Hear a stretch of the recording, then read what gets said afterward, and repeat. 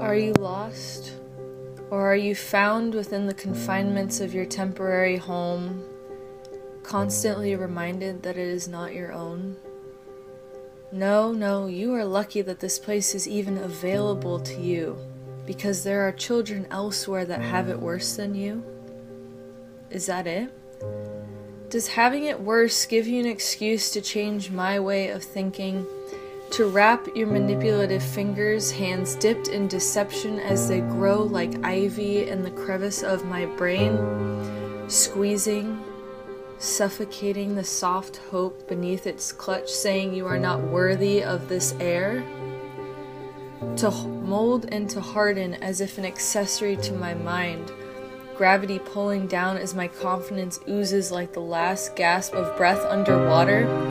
Is this the way to live? Is this the way to live as you strike me? Am I merely a body? Will you not love me? Will you not love me? Will you not love me because I am not your own? Will you not love me because I was not created, invented by your lifeless love, sweat, tears, pain, aches, and sorrows, the poor life for you? Red to black of heart are those who speculate on tiny souls to different grace. Taken from the depressed, they prey upon those that share in their loss of faith, slowly dragging them down to the depths where they lay, then softly meshing into the walls draped with bars, where people disregard them as they must have had trouble at home. Such are the treacherous rings of marked, recorded as the brightest of our summer's days. Soon let clouds cover them as if there would never be a day of light. We are the mystery that will answer for this false humanitarian call to ways as people use and use for money or for charity. I am not sure if it is the same falsehood, but I am pretty sure it must be linked. For people want to help but not to hold, want to have but not to care for having it on paper and conversation is much more important than the child at home. It is still the children of the world's misery that for a harsh wind blows. Yet sometimes our mind's eyes do not see, nor do we hear the simplest of metaphors that are often misplaced, kept away as if locked in tiny little boxes mangled by paper clips and razor blades, for you are the only one to hold the key. For want of our children born in spring but now of winter's hold, is the lonesome summertime cry of the snow fence home. It is here where fosters a moral ground.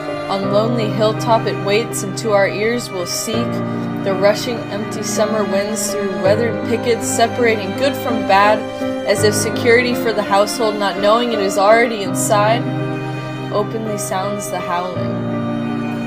Openly sounds the pain as it travels with winds, soon dissolving only into whispers that the trees yearn to hear and relay.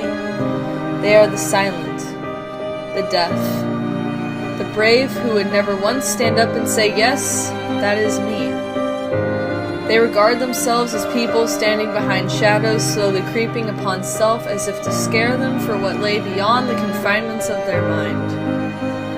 It is the pain of a temporary home where they do not mesh, do not belong, playing with riddles in their head alone as if one day they might find the answer. Mother, can you hear me?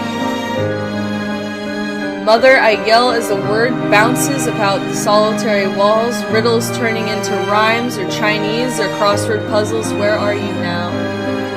Where are you now, or where have you ever been? Their hearts are broken as they pick themselves up again and again, perhaps mending their own with the only way they can. Tape and spit make do as they travel through life, feelings unwanted, alone, behind bars or tragedy. This needs to stop.